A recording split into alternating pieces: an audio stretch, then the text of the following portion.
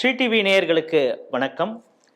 தமிழகம் 234 தேர்தல் களத்தின் நாடி துடிப்பு 2026 நிகழ்ச்சிக்கு உங்களை வரவேற்கிறோம்.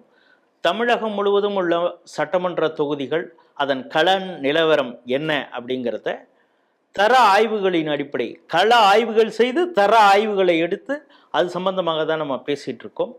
அந்த வகையிலே இன்று எடுத்திருக்கக்கூடிய சட்டமன்ற தொகுதி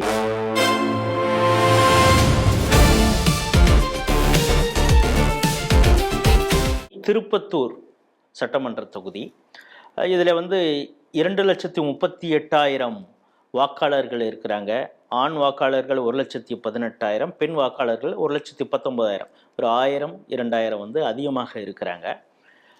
சிட்டிங் எம்எல்ஏவாக நல்லதம்பி இருக்கிறார்.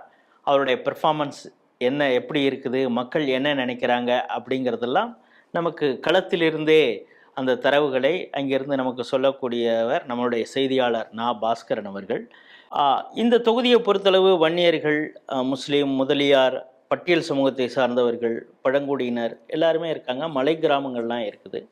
ஒவ்வொரு பகுதியிலும் இந்த அரசுடைய திட்டங்கள் போய் சேர்ந்திருக்கிறதா, இந்த அரசு குறித்து அவங்க என்ன நினைக்கிறாங்க, எல்லாத்தையும் நமக்கு களத்திலிருந்து தகவல்களை சொல்ல காத்திருக்கிறார் திரு நா. பாஸ்கரன் அவர்கள். ஸ்ரீ டிவி நேயர்கள் சார்பாக வரவேற்கிறேன். வணக்கம். வணக்கம். வணக்கம் சார். இந்த திருப்பத்தூர் சட்டமன்ற தொகுதியை பொறுத்தளவு நீங்க எந்தெந்த பகுதியெல்லாம் கள ஆய்வு செஞ்சீங்க? சார், திருப்பத்தூர் சட்டமன்ற தொகுதி அப்படின்றது பாத்தீங்கன்னா 2019க்கு முன் பின் அப்படின்னு கூட சொல்லலாம். ஏன் அப்படின்னு சொல்லிட்டு கேட்டீங்கன்னா, இந்த திருப்பத்தூர் மக்களினுடைய மிகப்பெரிய ஒரு கோரிக்கை, எங்களுக்கு தனி மாவட்டம் வேண்டும் அப்படின்னு சொல்லிட்டு மிகப்பெரிய ஒரு கோரிக்கையை முன் வச்சிருந்தாங்க. டிஎம்கே தரப்புலையும் அதிமுக தரப்புலையும் பல்வேறு கட்சியை சார்ந்தவர்கள்லாம் கோரிக்கை வச்சிருந்தாங்க. அந்த ஒரு கோரிக்கை 2019 நிறைவேறியது. அதிமுக ரூலிங் பார்ட்டியா இருந்தாங்க. அந்த சமயத்துல வேலூர் மாவட்டத்திலிருந்து பிரித்து திருப்பத்தூர், ராணிப்பேட்டை அப்படின்ற மாவட்டங்களை புதிதாக கொண்டு வந்திருந்தாங்க. அதற்கு பிறகு பாத்தீங்கன்னா, இங்க இருக்கக்கூடிய மக்கள் பெரிய அளவுக்கான கஷ்டங்கள், இங்க இருந்து ஒரு குறைகளை சொல்லணும் அப்படி கூட வேலூருக்கு போனோம். ஒரு 150 கிலோமீட்டர்களை கடந்து கலெக்டர் ஆபீஸுக்கு போயிட்டு மனு கொடுக்க வேண்டிய ஒரு கட்டாயத்துல இருந்தாங்க. இப்ப பக்கமே இருக்கு எல்லாமே. இந்த ஜோலார்பேட்டை, வாணியம்பாடி, திருப்பத்தூர்லாம் பக்கமே இருக்கு. இதனால மக்களுக்கு பெரிய அளவுக்கான நன்மைகள் இங்க இருக்கு. குறிப்பா சொல்ல போனா திருப்பத்தூர் மாவட்டம் திருப்பத்தூரினுடைய ஒரு மைய பகுதி, தலைநகரம் அப்படின்னு கூட சொல்லலாம். இந்த பகுதிகளில் வன்னியர்கள் அதிகமா இருக்காங்க. அதற்கு பிறகு பட்டியல் சமூகத்தை சார்ந்தவர்கள் அதிகமா இருக்காங்க. முஸ்லிம்கள் ஒரு சில பகுதிகளில் பரவலா இருக்காங்க. கிறிஸ்தவர்கள் இருக்காங்க. செட்டியார்கள் போன்ற சமுதாயத்தை சார்ந்தவர்கள் நிரம்பி காணப்படுறாங்க. இந்த தொகுதியை பொறுத்த வரைக்கும் சார், நம்ம கடந்த காலங்களில் எடுத்துக்கிட்டோம் அப்படின்னா 9 முறை திமுக வெற்றியை பெற்றிருக்காங்க. 9 முறை இந்த ஒரு சட்டமன்ற தொகுதியில. அதற்கு பிறகு பாட்டாளி மக்கள் கட்சி 2 முறை, அதிமுக 2 முறை, காங்கிரஸ் 3 முறை, சுயாட்சி ஒரு டைம் அப்படின்னு சொல்லிட்டு இது போன்று அந்த மாறி மாறிதான் இங்க வெற்றி பெற்றிருக்காங்க. இருந்தாலுமே 9 முறை திமுக மிகப்பெரிய அளவுக்கான வெற்றியை தக்க வச்சிருக்காங்க. கடந்த 2 முறையும் நல்லதம்பி சிட்டிங் எம்எல்ஏ திமுக சார்பாக களமாடி வெற்றியை பெற்றிருக்காரு. இந்த முறை நம்ம பல்வேறு தரப்புல இருந்து மக்கள் மத்தியில போய் கேள்விகள் கேட்கும் போது, நல்லதம்பி அவர்கள் கடந்த 10 ஆண்டுகளாக எம்எல்ஏவா இருக்காரு. அவர் மீதான எதிர்ப்பாளிகளும் இங்க இருக்கு, ஆதரவாளிகளும் இங்க இருக்கு.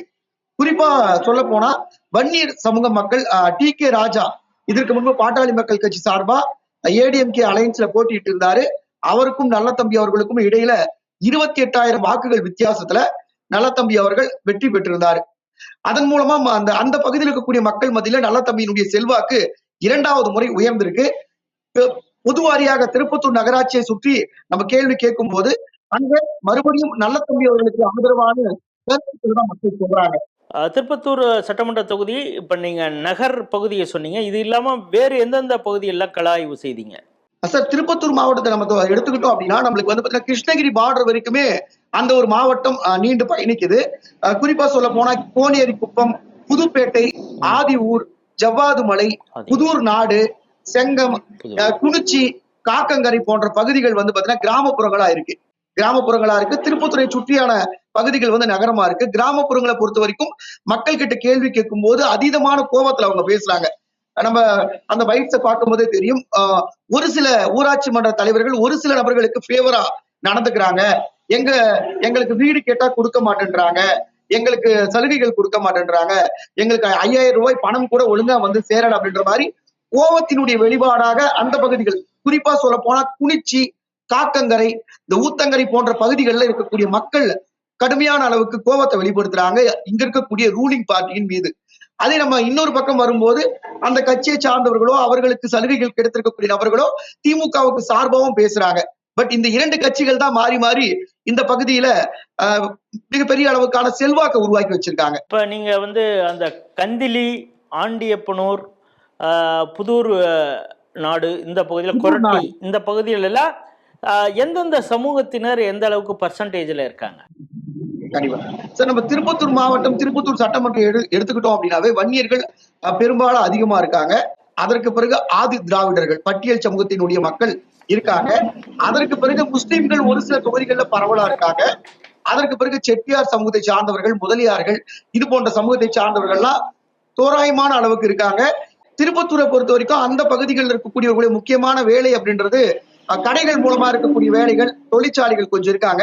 நீங்க சொல்ற மாதிரி நம்ம கிராமப்புறத்துக்கு போனோம்னா முக்கியமான வேலை ஊதுபத்தி தேய்க்கிறாங்க, அகர்பத்தி தொழில் செய்யறாங்க, விவசாயம் பாக்குறாங்க, கூலி வேலைக்கு போறாங்க, ஏரி வேலை போன்ற 100 நாள் வேலை வாய்ப்பு திட்டங்களுக்கும் போயிட்டு இருக்காங்க.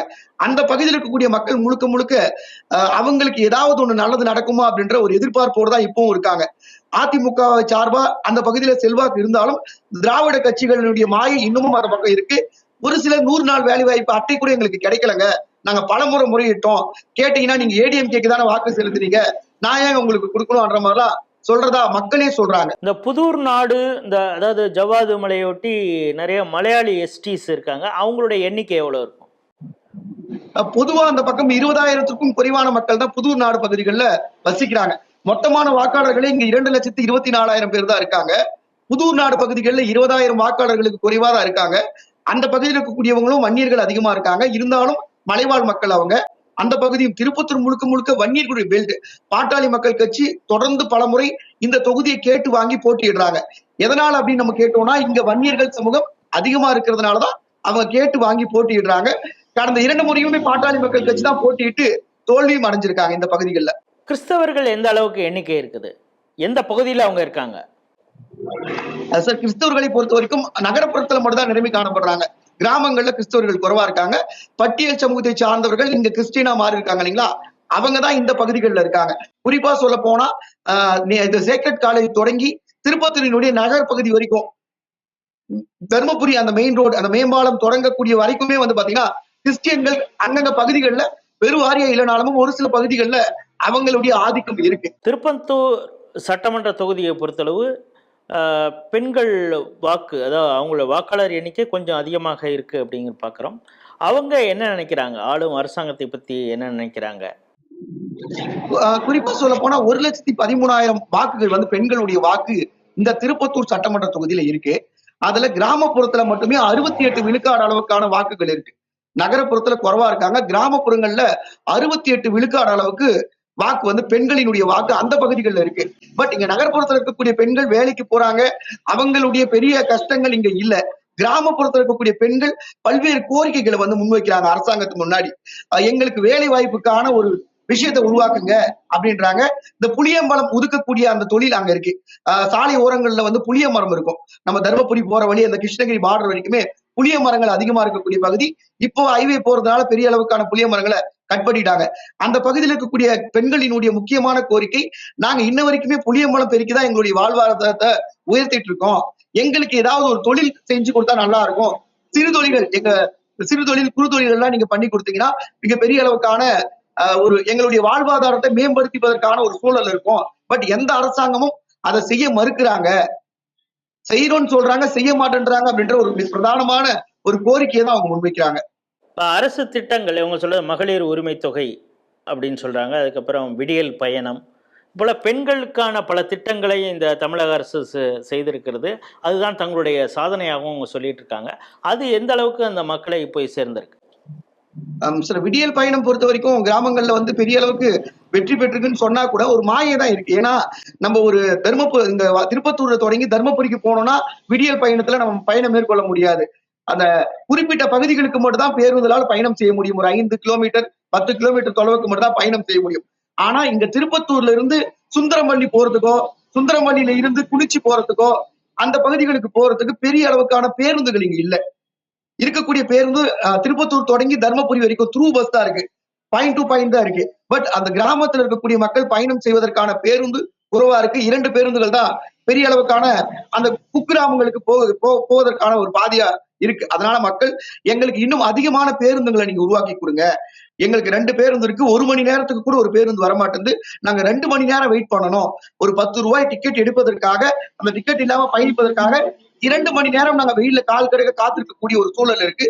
பேருந்துகளுடைய அந்த வசதி எங்களுக்கு இன்னும் அதிகமா வேணும்னு சொல்லிட்டு அங்க இருக்கக்கூடிய குக்கிராமங்கள்ல இருக்கக்கூடிய மக்கள் அவங்களுடைய கோரிக்கைகளை முன்வைக்கிறாங்க. இந்த சட்டமன்ற தொகுதியை பொறுத்தளவு இளைஞர்களுடைய வாக்குங்கிறது எவ்வளவு இருக்கும்? அவங்களுடைய மனோநிலை எப்படி இருக்கு? சார், இந்த தொகுதியை பொறுத்த வரைக்கும் இளைஞர்களுடைய வாக்கு ஒரு 30% 35% அளவுக்கு வாக்குகள் இருக்கு இந்த பகுதியில. பகுதி முழுக்க முழுக்க பாத்தீங்கன்னா இளைஞர்கள் கொஞ்சம் குறைவா இருக்காங்க.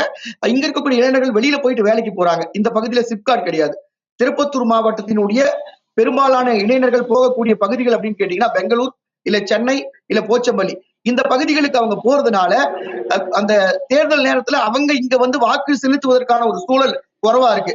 70 விழுக்காடு அளவுக்கு கூட வாக்குப்பதிவு இல்லாத அளவுக்கு தான் இருக்கு. இந்த முறை நம்ம விஜய் ஃபேக்டரை பத்தி கேட்டிருந்தோம். இளைஞர்கள் மத்தியில விஜய் அவர்களுடைய தாக்கம் எந்த அளவுக்கு இருக்கும்னு கேட்டிருந்தோம். பெரிய அளவுக்கு இங்க இருக்கக்கூடிய பெண்கள் வந்து பாத்தீங்கன்னா வாக்கு நாங்க விஜய்க்கு செலுத்துவோம்னு சொல்றாங்க. ஏன் அப்படின்ற காரணத்தை கேட்கும்போது, யாராவது ஒருத்தர் புதுசா வரட்டுமே, மாறி மாறி இவங்க தானே ஆட்சி அமைக்கிறாங்க, விஜய் அண்ணா அவர்கள் சொல்றத அவர் செய்வார்னு எங்களுக்கு நம்பிக்கை இருக்கு, அவர் வந்து எங்களுக்கு சொல்லி இருக்காருங்க, செய்வார் அப்படின்ற மாதிரி ஒரு 18 வயதிற்கு பிறகு இருக்கக்கூடிய 35 வயது 40 வயது மதிக்கத்தக்க பெண்கள் வரைக்குமே விஜயின் மீது மிகப்பெரிய ஒரு நம்பிக்கை வச்சிருக்காங்க. இங்க வன்னியர்கள் சமூகத்தை சார்ந்த இளைஞர்கள் அதிகமா இருக்காங்க. ஆனாலுமே விஜய் அவர்களுக்கு அந்த ஒரு மவுஸ் இருக்கிறதுனால, பெரிய அளவுக்கு சினிமா தோற்றம் மாயம் இருக்கிறதுனால நாங்க விஜய்க்கு வாக்கு செலுத்துறோங்க, இவங்களுக்கு மாறி மாறி செலுத்தி என்னங்க பண்ண போறோம் அப்படின்ற மாதிரியும் சொல்றாங்க. விஜய் அவர்களுக்கு இந்த பகுதியில ஒரு 10 - 15 விழுக்காடு அளவுக்கான வாக்குகள் வருவதற்கான ஒரு மிகப்பெரிய ஒரு சூழல் இங்க இருக்கு. நாம் தமிழர் கட்சிக்கு எந்த அளவுக்கு இங்க செல்வாக்கு இருக்கு? போன முறை ஆறுமுகம் அப்படின்னு சொல்லக்கூடியவர் நாம் தமிழர் கட்சியினுடைய வேட்பாளரா போட்டியிட்டு ஏறத்தாழ 12,000 வாக்குகள் வாங்கி டெபாசிட்டை வந்து தக்க வச்சாரு நாம் தமிழர் கட்சியினுடைய வேட்பாளர். இந்த முறையும் நாம் தமிழர் கட்சி வேட்பாளரை களம் இறக்கிட்டாங்க. திருப்பத்தூர் பகுதியில அவங்களுடைய வேட்பாளர்கள் குறிப்பிட்ட பகுதிகளில் அவங்களுடைய வாக்கு வங்கிகளை சேகரிப்பதற்காக ஏற்கனவே தேர்தல்ல அவங்க வேலையை ஆரம்பிச்சுட்டாங்க. அதனால நாம் தமிழர் கட்சி இந்த முறை, போன முறை 12,000 வாக்குகள் வாங்கியிருந்தாலுமே இந்த முறை அவங்களுடைய வாக்குகள் இந்த பகுதியில சரிவதற்கான ஒரு சூழல் தான் இருக்கு. ஏன்னா விஜயினுடைய ஃபேக்டர் பெரிய அளவுக்கான பாதிப்பை இந்த பகுதியில நாம் தமிழருக்கு ஏற்படுத்தி கொடுக்கும். இந்த முறை 12,000 வாக்குகள் இருந்து கொஞ்சம் குறைவான வாக்குகள் தான் வாங்குவாங்க அப்படின்றத மக்களுடைய கருத்துக்கள் தெள்ள தெளிவா காட்சிப்படுத்துது. இப்போ இந்த தொகுதியை பொறுத்தளவு கடந்த சட்டமன்ற தேர்தலில் என்னென்னலாம் வாக்குறுதி கொடுத்துருக்காங்க, அதை எதையெல்லாம் நிறைவேற்றவில்லை, தாங்கள் ஏமாற்றப்பட்டோம் அப்படிங்கிறது மாதிரி அந்த தொகுதி மக்கள் ஏதாவது உங்கள்கிட்ட சொன்னாங்களா? சென்ற முறை, அதாவது 2021 நல்லதம்பி அவர்கள் திமுக சார்பா போட்டியிட்டாரு. அதே போல அதிமுகவுடைய அலைன்ஸ்ல டி.கே. ராஜா அவர்கள் போட்டியிட்டாங்க. ஏறத்தாழ 96,000 வாக்குகள் நல்லதம்பி வாங்கியிருந்தாரு. இவர் வந்து பாத்தீங்கன்னா 68,000 வாக்குகள் வாங்கியிருந்தாரு. ஏறத்தாழ 28,000 வாக்குகள் வித்தியாசத்துல நல்லதம்பி அவர்கள் ஜெயிச்சிருந்தாரு. இந்த பகுதியினுடைய பிரதானமான அவர் சொன்ன விஷயங்கள் என்ன அப்படின்னா, தேசிய நெடுஞ்சாலை, அதாவது சேக்ரட் காலேஜ் தொடங்கி தர்மபுரி பிளஸ் திருவண்ணாமலை போகக்கூடிய பாதை வரைக்கும் பிளே ஓவர் பிரிட்ஜ், அந்த மேம்பாலம் அமைத்து கொடுப்போம் அப்படின்ற வாக்குறுதியை கொடுத்திருந்தாங்க. எதனால அப்படின்னு சொல்லிட்டு கேட்டீங்கன்னா, இந்த பகுதிகளில் காலேஜ் அதிகமா இருக்காங்க, பள்ளிக்கூடம் அதிகமா இருக்கு. காலையில 8 மணிக்கு தொடங்கி 10-11 மணி வரைக்குமே பெரிய அளவுக்கான டிராபிக் இங்க இருக்கு. மக்கள் கடந்து போனோம் அப்படின்னா கூட ஒரு 20 நிமிஷத்துக்கு மேல ஆகுது. இதற்கு முன்பு ஆம்பூர்ல அமைச்சிருந்தாங்க. ஆம்பூருடைய அந்த என் பாயிண்ட்ல இருந்து ஆம்பூர் அந்த நகரத்தை தாண்டி கொண்டு வந்து அப்படி ஈஸியா சென்னை டு பெங்களூர் அந்த நெடுஞ்சாலைய டிராவல் பண்றதுக்கான ஒரு பிளேஓவர் பிரிட்ஜ் கட்டியிருந்தாங்க. அதே போல நாங்க கட்டுவோம்னு சொல்லியிருந்தாங்க, பட் கட்டல. இது முக்கியமான ஒரு கோரிக்கை வந்து அவங்க கொடுத்திருந்தாங்க திமுக சார்பில். அதற்கு பிறகு ஒகேனக்கல் குடிநீர் திட்டம், இந்த பகுதி வறண்ட ஒரு பூமி. திருப்பத்தூர், வேலூர் எல்லாமே வந்து பாத்தீங்கன்னா வெயில் காலங்கள்ல தண்ணீர் குடிப்பதற்கு மிகப்பெரிய சிரமம் இருக்கும். அதற்காகவே ஒகேனக்கல் கூட்டு குடிநீர் திட்டத்தை கொண்டு வந்திருந்தாங்க. அது கொண்டு வந்ததுக்கு பிறகு பெரிய அளவுக்கு அதை செயல்படுத்தல. கிராமங்கள்ல இப்ப வரைக்குமே ஒகேனக்கல் கூட்டு குடிநீர் திட்டம் பெரிய அளவுக்கு செயல்படுத்த முடியாத அளவுக்கு தான் இருக்காங்க. அங்க இருக்கக்கூடிய தலைவர்களை கேட்கும்போது கூட தண்ணி அவங்க கொடுத்தாதாங்க வரும், இல்லைன்னா வராதுங்க அப்படின்ற மாதிரிதான் பொதுவான ஒரு கருத்துக்களை பதிவு பண்றாங்க. இது மிகப்பெரிய ஒரு டிராபேக்கா இருக்கு. இப்ப வெயில் காலம் தொடங்கிடுச்சு, மக்கள் இப்பவே தண்ணிக்கு அலைமோதக்கூடிய ஒரு சூழல் இங்க இருக்கு. அதற்கு பிறகு நம்ம பார்த்தோம் அப்படின்னா, திருப்பத்தூர் இங்க இருக்கக்கூடிய மருத்துவமனை, மல்டி ஸ்பெஷாலிட்டி ஹாஸ்பிட்டல் அப்படின்றது ஒண்ணுமே கிடையாது. இங்க இருக்கக்கூடிய பகுதிகளில் ஏதாவது பேருந்துகள்ல இல்ல ஆக்சிடென்ட் போன்ற ஒரு அசம்பாவிதம் நடந்தா கூட நேரா தர்மபுரிக்கு எழுதி கொடுக்குறாங்க. மருத்துவமனையில இருந்து நீங்க தர்மபுரிக்கு போயிடுங்க, அங்க நல்லா பார்ப்பாங்க ட்ரீட்மெண்ட். அப்படி இல்லை அப்படின்னா அடுக்கமாரிக்கு போக சொல்றாங்க. தருமபுரியும் ஒரு 80 கிலோமீட்டர், அடுக்கம்பாரியும் ஒரு ஏறத்தாழ ஒரு 100 கிலோமீட்டர் கடந்து போனோம்.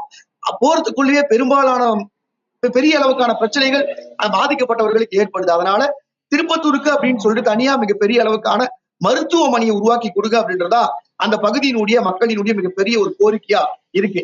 அதை கடந்து போனோம் அப்படின்னா நகர பகுதிகளில் பெரிய அளவுக்கான இந்த சுத்தப்படுத்தாம இருக்காங்க. ஏரிகள்ல கழிவுநீரை கலக்குறாங்க. ஏரிகள்ல பெரிய அளவுக்கு சுத்தம் கிடையாது. நகர பகுதிகளிலும் மாடுகள் வந்து பெரிய அளவுக்கு அப்படியே கலட்டி விட்டுறாங்க. அதனால ஆக்சிடென்ட் ஆகுது. நாய்கள் போன்ற விலங்குகளால நம்மளுக்கு மிகப்பெரிய அளவுக்கு பாதிப்பு ஏற்படுது அப்படின்ற மிகப்பெரிய ஒரு குற்றச்சாட்டுகளை இங்க இருக்கக்கூடிய நகர புறத்துல இருக்கக்கூடிய மக்கள் அவங்களுடைய கருத்துக்களா முன்வைக்கிறாங்க. சரி, இப்ப ஜனகாம்பாரி போன்ற பகுதி இங்க இருக்கு, சுற்றுலா தலங்கள், அந்த நீர்வீழ்ச்சி இருக்கக்கூடிய பகுதி. அந்த பகுதிக்கு போகும்போது சாலை வசதி மிகப்பெரிய அளவுக்கு மோசமா இருக்கு. அது மட்டும் இல்லாம சுற்றுலா தலமா அதை மாற்றி கொடுக்க வேண்டும் அப்படின்ற ஒரு கோரிக்கையும் அந்த பகுதியினுடைய மக்கள் சொல்றாங்க. புதூர் நாடு போகக்கூடிய அந்த சாலையும் பெரிய அளவுக்கு மோசமா இருக்கு. எங்களுக்கு சாலை வசதியை மேம்படுத்தி கொடுங்க, தெரு விளக்குகள் அமைங்க, நாங்க இரவுல போகும்போது எங்களுக்கு விலங்குகளினுடைய அச்சுறுத்தல் அதிகமா இருக்கு அப்படின்ற கோரிக்கையும் அந்த புதூர் கிராமத்தை சார்ந்த, புதூர் மலை கிராமத்தை சார்ந்த மக்கள் அவங்களினுடைய கோரிக்கையா முன் வச்சிருக்காங்க. இப்போ நீங்கள் இந்த தொகுதியை பொறுத்து சொல்லும் பொழுது வன்னியர்கள் அதிகமாக இருக்கக்கூடிய பல பகுதிகள் இருக்குது.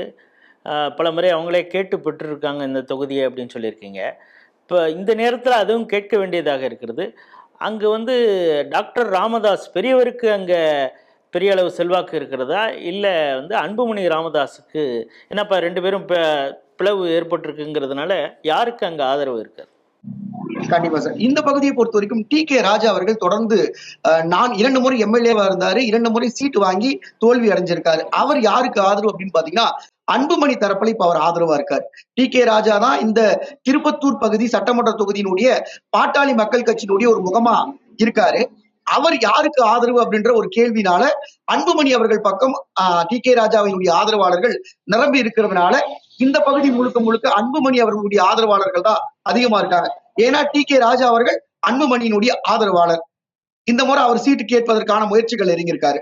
இந்த பகுதியில மத்திய அரசு திட்டங்கள் ஏதாவது போய் சேர்ந்திருக்குதா? அந்த திட்டங்கள் மத்திய அரசுடைய திட்டங்கள் தானா அப்படின்னு அந்த மக்களுக்கு தெரிஞ்சிருக்குதா? மத்திய அரசினுடைய திட்டங்களை பொறுத்த வரைக்கும் கிராமப்புறங்கள்ல வீடு இருக்கு சார், வீடு வாங்கியிருக்காங்க. பட் அந்த வீடு வந்து எந்த அரசாங்கம் கொடுத்திருக்காங்க அப்படின்றதுல மிகப்பெரிய ஒரு ஐயப்பாடு மக்கள் மத்தியில இருக்கு. அதை தெளிவுபடுத்த வேண்டிய கட்டாயம் மத்திய அரசுக்கு இருக்காங்க.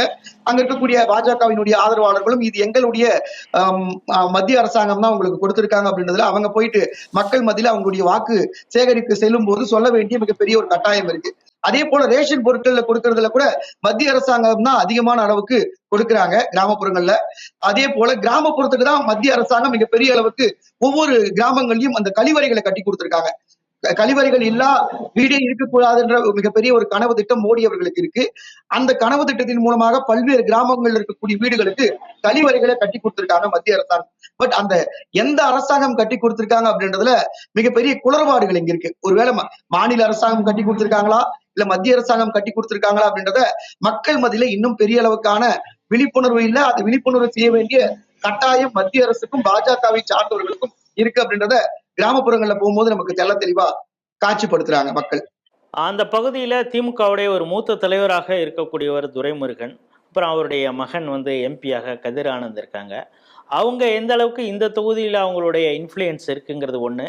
இன்னொன்று, இவங்க அதிக அளவில் இந்த மணல் கொள்ளை, கனிம வள கொள்ளையில் நிறையா சம்பாரிச்சிட்டாங்கன்னு சொல்லி திருப்பத்தூர்லேருந்தே பல பேர் யூடியூப்ல எல்லாம் பேசக்கூடியதை பார்க்குறோம். இது எந்தையாவது ஒரு தாக்கத்தை அங்கு ஏற்படுத்தக்கூடிய வாய்ப்பு இருக்கா? கண்டிப்பா. நம்ம திருப்பத்தூர் மாவட்டம், அதாவது திருப்பத்தூர் மாவட்டத்தினுடைய செயலாளர் டிஎம்கேல யாருன்னு கேட்டீங்கன்னா Devaraj, sitting MLA, Jolarpettai MLA. அவருடைய கட்டுப்பாட்டுல முழுக்க முழுக்க திருப்பத்தூர் வந்து இப்ப இயங்கிட்டு இருக்கு. திருப்பத்தூர்ல இருக்கக்கூடிய நகராட்சியும் திமுக கைப்பற்றிருக்காங்க. பிசிகாவுக்கு ஒதுக்கினதுக்கு பிறகு கூட சண்டை போட்டு திமுக கைப்பற்றிருக்காங்க. சென்ற முறை உள்ளாட்சி தேர்தலில் நடந்த குளறுபாடுகள் உங்களுக்கு தெரியும். முதலமைச்சரே சொல்லியிருக்காரு, விட்டுட்டு வாங்கன்னு சொன்னதுக்கு பிறகு கூட விட்டுட்டு வரக்கூட முடியாத அளவுக்கு தான் நகரமன்றங்கள்ல இருக்கக்கூடியவர்கள் செயல்பட்டு இருக்காங்க. அங்கிருந்து ஜோலார்பேட்டை நகரமன்றமும் பாத்தீங்கன்னா திமுகவுடைய வசம் இருக்கு. காவ்யா விக்டர் அப்படின்றவங்க அங்க நகரமன்ற தலைவரா இருக்காங்க.